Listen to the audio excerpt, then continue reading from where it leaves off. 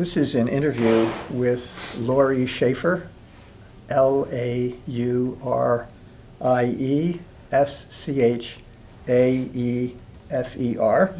And this is a part of the oral history project focused on the Little Brown Jug that's being done by the Delaware County Historical Society. My name is Richard Levy, and this interview is being held in the Delaware County District Library in Delaware. And today's date is June the 18th, 2019. And so first off, I just want to say thank you for participating in this. This is an interview about the Little Brown Jug and your experiences with it and any stories that you're interested in telling us. So could you take a guess about how old you were when you first started to attend the Little Brown Jug race? Well, first of all, my father was John H. Brown, and he was a director with the fair for many years, and he was in charge of the employment trailer and employing the workers. So early on, when I was very little, I remember him, having badges in our house and having people come in, giving them badges, as to what their number was. So that was when I was quite young. I think when I was in middle school, so that would have been 62, 63, 64, around in there, that I actually made it into the grandstands on a jug day. But for me, it's kind of hard to separate the actual fair experience with the actual jug race, because we were up at the fairgrounds a lot. And so just to let you know that I've been trying to figure out, okay, which was just a regular fair day, which was an actual jug race day. So, and my memories for that. Okay. Let us go back to when you were in middle school. Do you have any recollections of what a race day was like and being in the grandstand and so on? Well, that's a great question, because my parents because they were there and they were going to be there, and my father was going to be there and up and down into the grandstands, we were allowed to go up there. There were a lot of my friends who their parents had to be convinced that it was a safe day to go, because a lot of parents felt like the jug day had people up there that were out of town, and people were a little worried about the security of it. But my parents were of the mindset, it's the safest day to be there, because it does cost a little more to get in. There aren't as many kids. We could get in there, we could get on the rides easily. So for me, I can remember allowing a few of my friends who were allowed to go, but many of my friends weren't allowed to go on Jug Day. So then if my mom had, or my parents had extra tickets, they would give them to us so we could go up to the grandstand. But my mother usually had the box filled on Jug Day. Okay.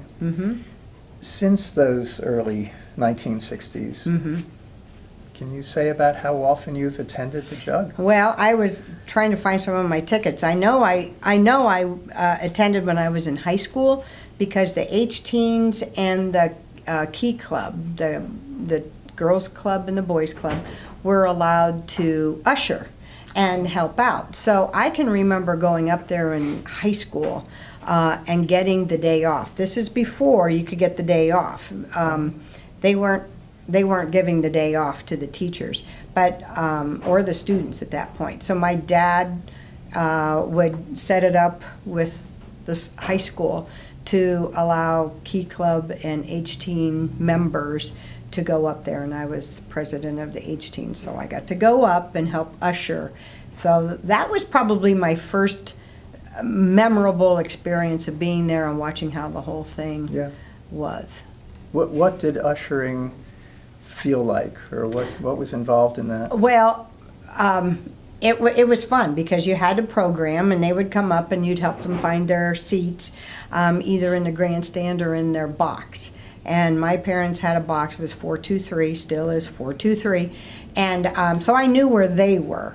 But it was fun, and I know this is the question coming on, but I think the thing that really impressed me early on was how dressed up everybody was. I mean, I'd see people that I had seen just because they were friends of my parents. But boy, they really dressed up differently when it came to Jug Day. So all the men in suits. Oh my goodness, yes. And women were dressed, and some of them had hats, and it was quite the style show. Mm-hmm. Okay. As time went along, were you going with high school friends? Were you ever able to just be there as a Participant. audience as opposed to, yeah, that's right. Yeah. You start betting. It got to the point where, especially when we had, I grew up with 3 brothers. So when it got to the point where had gone away to college or wherever, my mom then decided that the Jug Day box should be for family. And then she stopped trying to get friends in there for the Jug Day, and she'd kind of fill the box during the week with friends, and she left it just to us. So I would say, we lived here after I got married, so about from 75 on, I can't remember missing much, because my mom said, okay, this is for family. Yeah. And so my brothers and I and my mom would just go into the box, and we'd have our day. More than 40 years worth. Yeah, oh, definitely. Okay. Mm-hmm, definitely.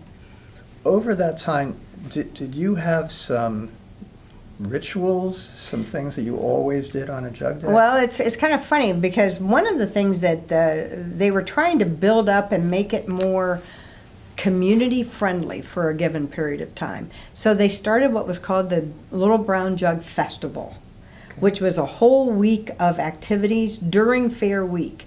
So it would start like on Saturday night, and then because the fair didn't open until a Sunday, used to be. And so starting on a Saturday night, and then the night in the evenings, there were activities. There was a style show, there was a catered barbecue, there were also a sit-down dinner type thing. There were all sorts of things going on that was called the Little Brown Jug Festival.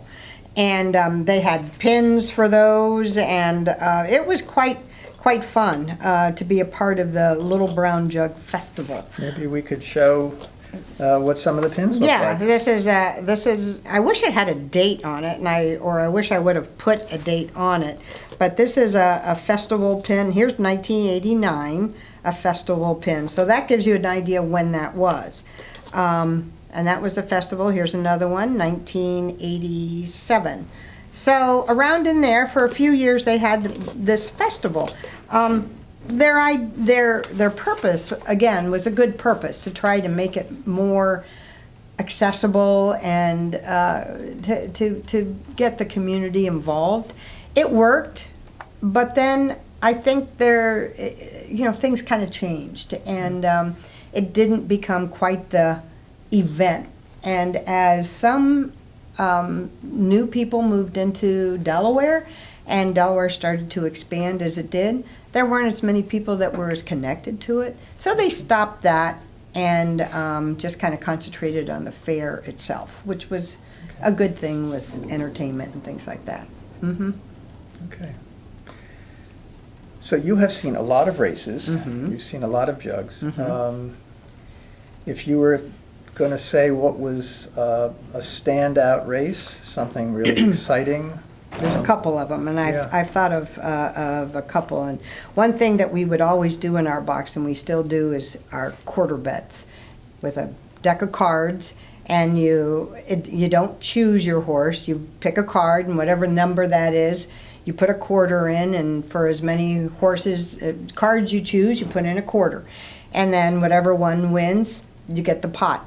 And early on, we found that we could make more money doing that than we could betting downstairs. But my brothers and I would a lot of times go together, and we'd, pick a horse or put money in a pot, and then we'd just keep betting until it was gone, those kinds of things. So that was fun. But there are two that stand out, and weather is one of the things that I can remember for some of them. Actually 3, but there was one that I remember. It was 75 or 76, And my mother's box was full, but I was going to be able to go into the grandstand with a good friend of mine. And I made an outfit for my mother to wear, and I made a 3-piece suit, skirt, vest, and blazer for myself to wear. And we were all dressed up, and it was probably one of the last times I remember everybody being so dressed up. But I can remember that very vividly. The suit that I made was, I was pretty proud of that. But I would do that for my mom as well.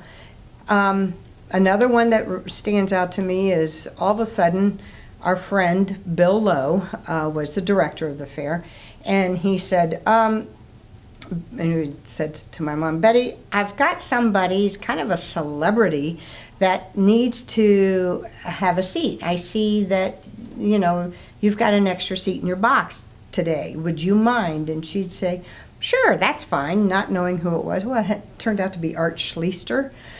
So he spent the afternoon with us, and this is before we realized, what trouble gambling can get you into.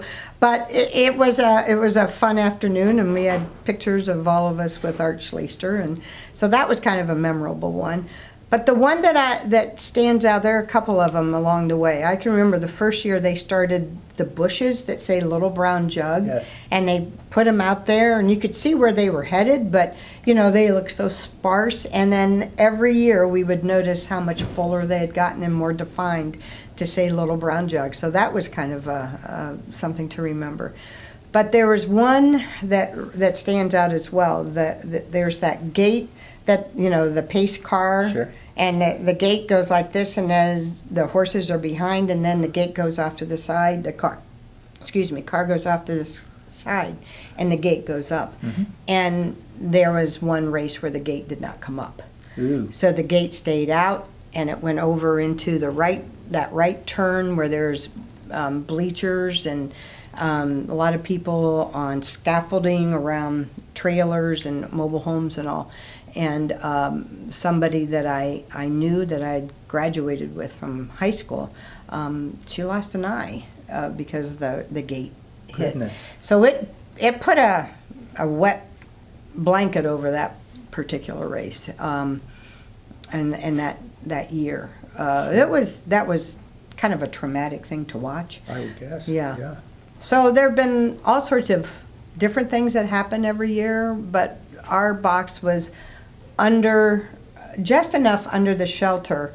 It was kind of like right at the finish line off to the side. And so we had really good seats. Perfect.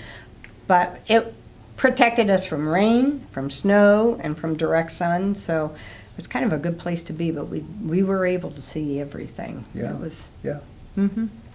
So you saw some very close races. Oh, yes. And I don't know whether or not in thinking back over these years, Mm-hmm. there's a horse that you particularly remember, maybe not? Not. A driver and anything? Like I say, I've got lots of these tickets that, from past jug races. So many of them, yes, I do remember seeing. I don't remember any one specific, but kind of a funny thing about the names of them.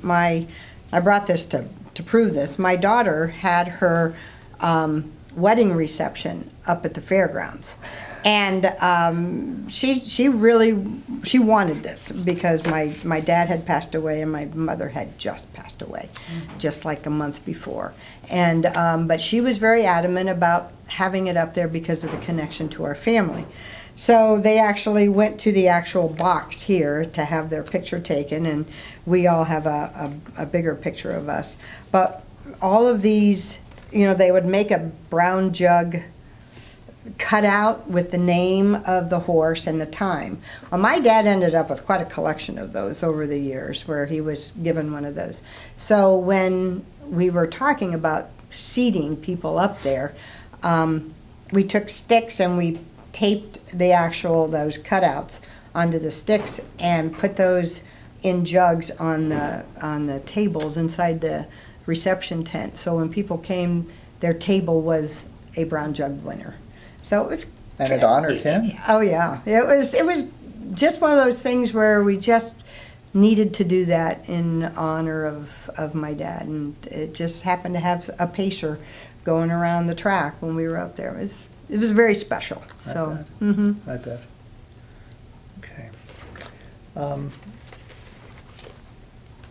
How would you say the jug has changed? You've seen it when people dressed up. Yep. You've seen it when there was a festival. Mm-hmm.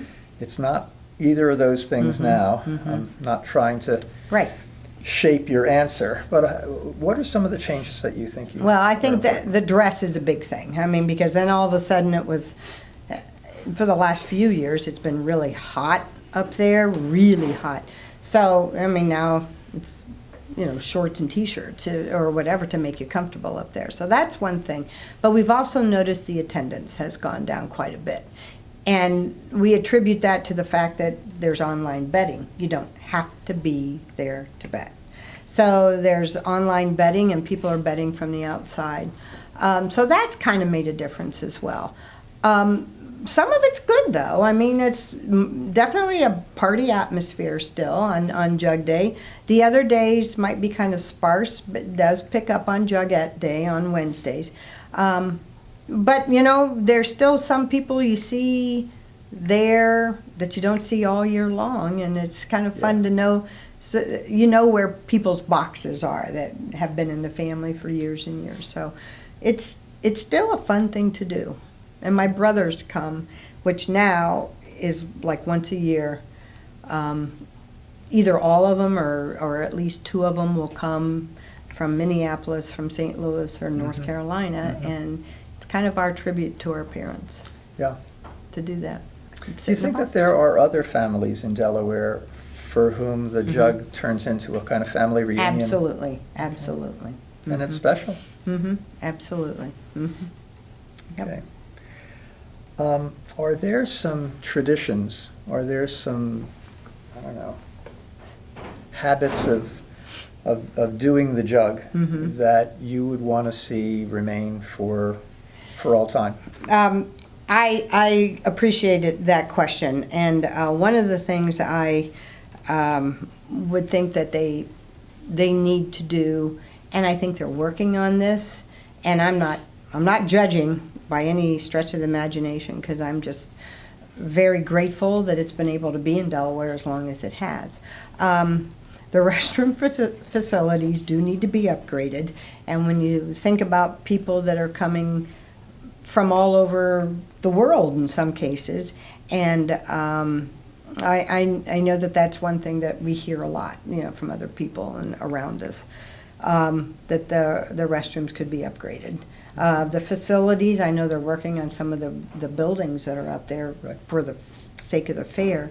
But I think just maintaining what we have, because there are glitzy places all around us that that do it in a different way, in a big way. But I just think this is pretty special that it comes from a little county fair, and it's part of that. So whatever can be done to keep it there, I'm all for it.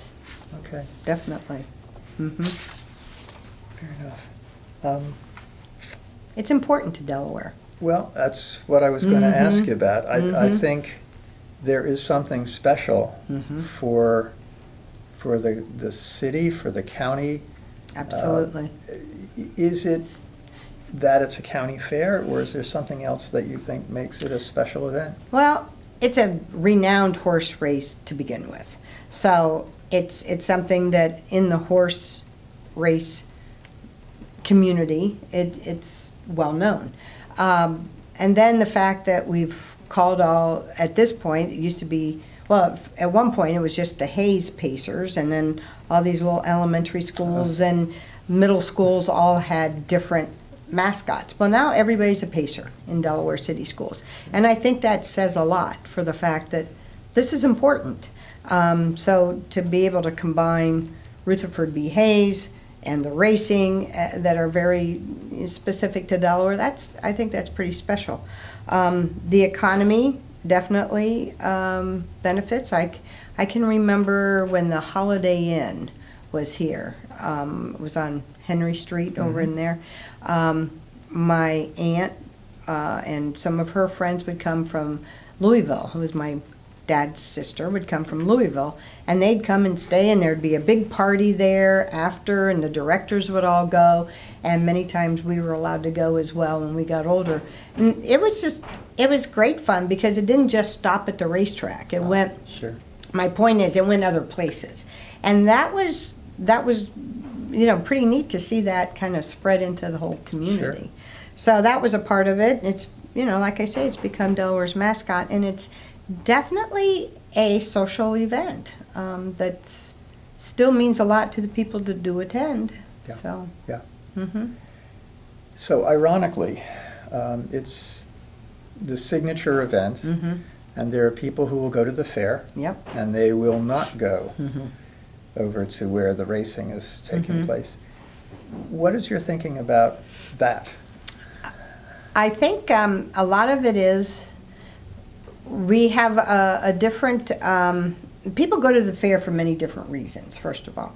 I think that it's become a lot of families. I think that there are a lot of kids that go up there and kind of go off on their own. So they know it may be going on, but for some reason, I think because of the wall, because of whatever, it feels like it's kind of a hands-off place for some people, which I wish it wouldn't be. Yeah. Because now there isn't a dress code, so to speak. Anybody should be able to go in there and enjoy it, even if you're not betting, just to be able to enjoy the races. And there are lots of them.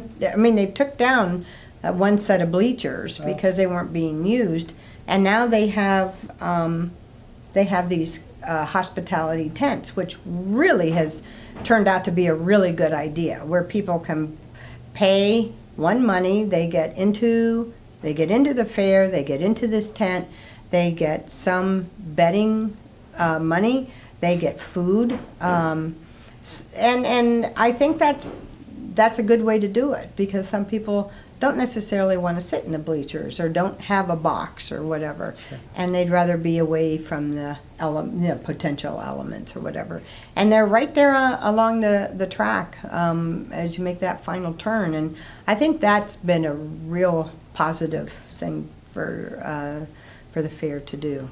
So, Okay. hmm So you mentioned that some of the changes are attendance seems to be down. hmm And I don't know, I guess nobody knows what the Mhm. future holds right. for this race.